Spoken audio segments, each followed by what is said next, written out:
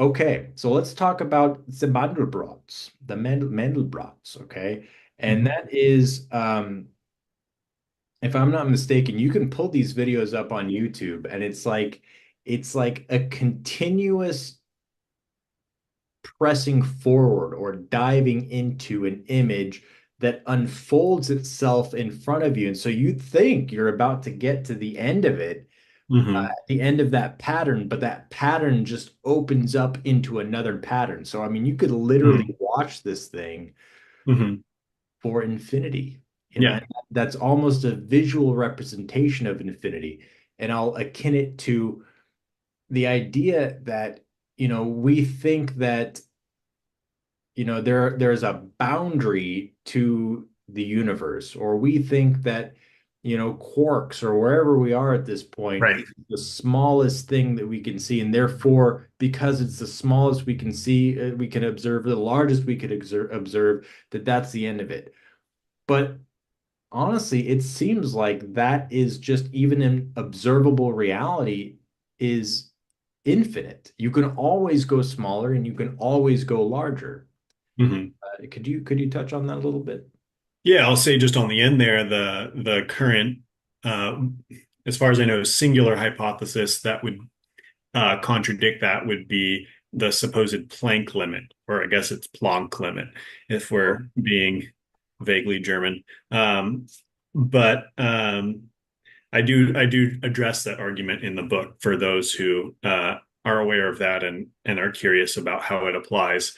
But as of yet, it's completely theoretical, so we can't put too much weight on it. And as you said, from what we've seen, and this is the argument I make in the book, you can't. We have found that what we think is a limit, we always get past. So, yes, the Mandelbrot sets is a mathematical mm, equation and subsequent graph that they get for it. I myself am not a mathematician, so those of you who are curious in that way and don't already know about it, I'm sure there's better sources online. You can just watch the videos; they're awesome, but you can also find people explaining them.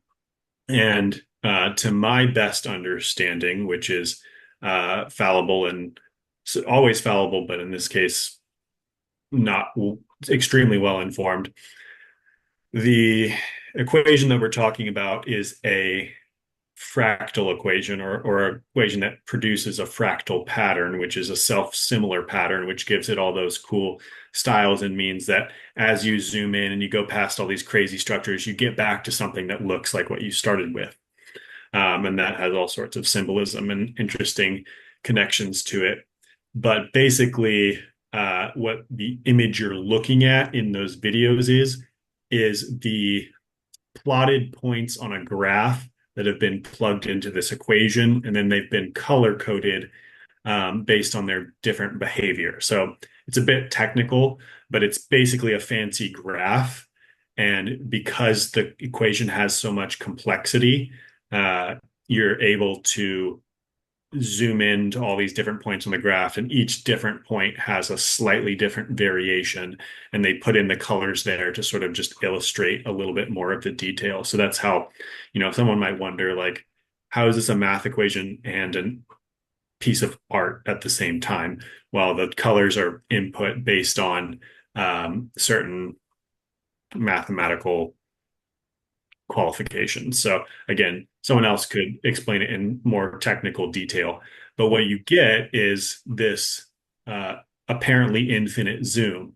And the only reason why it's apparently infinite is because in order for it to actually be infinite, you would have to do infinite calculation to form the graph. So people have, for a while, for I guess for several years, entered into a competition to make a longer one where you zoom in more, but it just takes so much data processing and input that someone's not going to actually.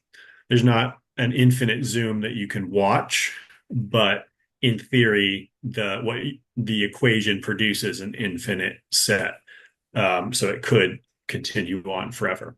But it's a great visual. It's a great thing to look up, and it sort of starts to get you into this mindset of how particular structures, including what look like boundaries can appear within an infinite landscape and give you the appearance of all this steady form and steady um, structure and relationship and again boundaries between things, but how you can always go in and pierce those and see a whole new blossoming of structures and boundaries and whatnot. So um, The it's bound really it's really a good it's a good visual for what we're talking about. boundless boundaries. You can just continue to go down. So that's spelled Mandelbrot. Yes. Mandelbrot. Uh, Mhm. so that would be the image of it right there. Right. Actually, That's the self-similar structure, and that connects to the self-saturating quality of the infinite that I talk about a bit in this chapter. That there's this um, similar, or in the infinite's case, infinitely uh, similar presence throughout the whole thing. yeah.